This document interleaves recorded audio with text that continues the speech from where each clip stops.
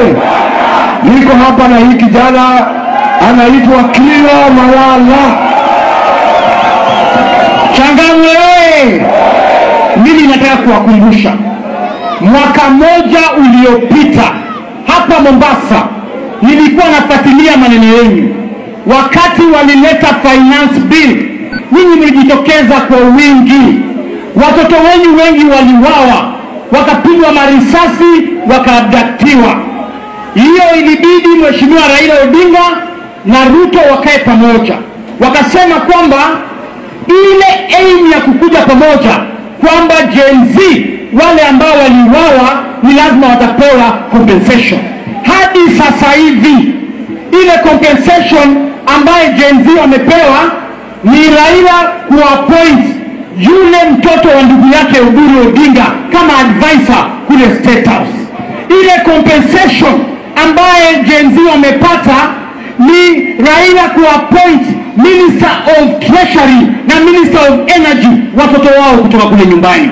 Jameni, tumefika tena mwaka wa finance bill, na mimi nataka kuwachanua hii finance bill ambayo iko sasa hivi iko na mabaya kuliko ile ya last year.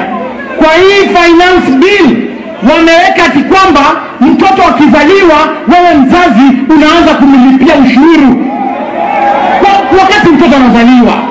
Kwa hii finance bill wametoa mambo ya zero rating, wametoa vifaa zote na bidhaa zote ambazo Uhuru Kenyatta alikuwa ameweka zero rating. Kwa mfano, kwa madawa wameongeza ushuru wa 16% kwa madawa, ilhali VAT haikuwa kwa madawa. Wameongeza pesa kwa mikate na kwa maziwa 16%. Mimi nataka kuwaomba tafadhali vijana, tusiseme tu Kasongo must go, tungoje 2017. La, hii finance bill ni lazima tuiangushe tena. Hakuna kuongeza ushuru kwa mtu yoyote hapa. Mwisho kabisa, mimi nimekuwa katibu mkuu wa chama cha William Ruto. Huyu Rigathi amekuwa deputy president and deputy party leader wa chama cha William Ruto. Tuko hapa ndani kwa gari na Mithika Linturi ambaye amekuwa Minister of Agriculture.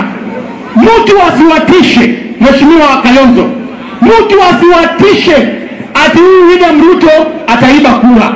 Huyo mtu, wale watu walikuwa wanamsaidia kuiba kura wako hapa sasa. Huyo mtu haelewi kuiba kitu yote. Wacha niseme nisiseme, nitoboe nisitoboe. William Ruto ile kitu anajua kuiba ni pesa peke yake. Mambo ya kura hajui kuiba hiyo mambo. So sisi tunawahakikishia kwamba yale mabaya ambayo William Ruto amefanya, ameenda kule mkoa wa Magharibi, ameuza viwanda zote za sukari, ameuza Nzoia, ameuza Chemelil, ameuza Mumias, ameuza Miwani, ameuza zote. Amekuja hapa Nairobi, ameuza Bomas of Kenya, anajenga hoteli yake hapo Bomas.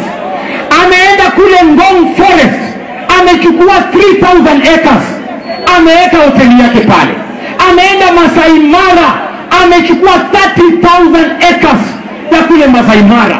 Nasikia anakuja hapa Changamwe Oil Refinery, ati anapeana kwa kampuni ya nje, kumbe ni mashamba ya Changamwe Oil Refinery anataka kupeana.